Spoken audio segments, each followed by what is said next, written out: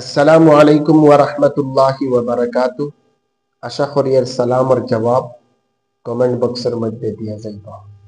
ইবনে আব্বাস রাদিয়াল্লাহু তাআলা আনহুমায় ফরমায়, এই হাদিসের রাবি ইবনে আব্বাস রাদিয়াল্লাহু তাআলা আনহু। একবার হুজুরে পাক সাল্লাল্লাহু আলাইহি ওয়াসাল্লাম হযরতে আবু যর রাদিয়াল্লাহু তাআলা আনহু রে ফরমাইলা, হে আবু যর, তুমি বলো তো দেখি, ঈমানের শাখা সমূহের মধ্যে সপ্তনে শক্তিশালী শাখা কোনটি? হযরত আবু যর রাদিয়াল্লাহু তাআলা আনহু ফরমাইলা, আল্লাহু আজ্জা ওয়া জাল্লা ওয়া রাসূলুহু আ'লাম। আল্লাহ এবং তার রাসূলই বেশি ভালো জানেন। গতিকে ইয়া রাসূলুল্লাহ, আপনি নিজেই বলিয়ে দিন।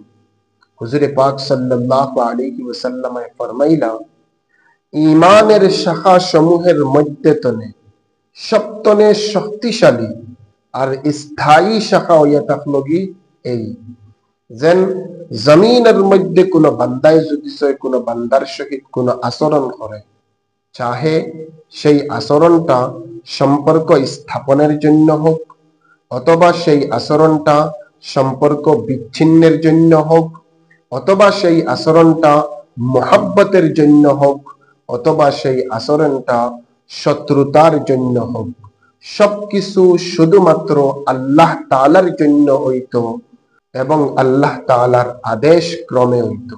আমার মন চাহিদা মোতাবেক হইতো না।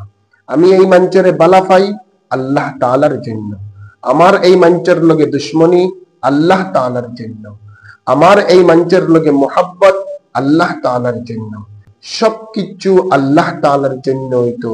আমার মন চাহি মোতাবেক হইতো না, যেন অমুকের লগে আমার দুশ্মনী আছে, আমি দুশ্মনীটা মিটাইলাই না।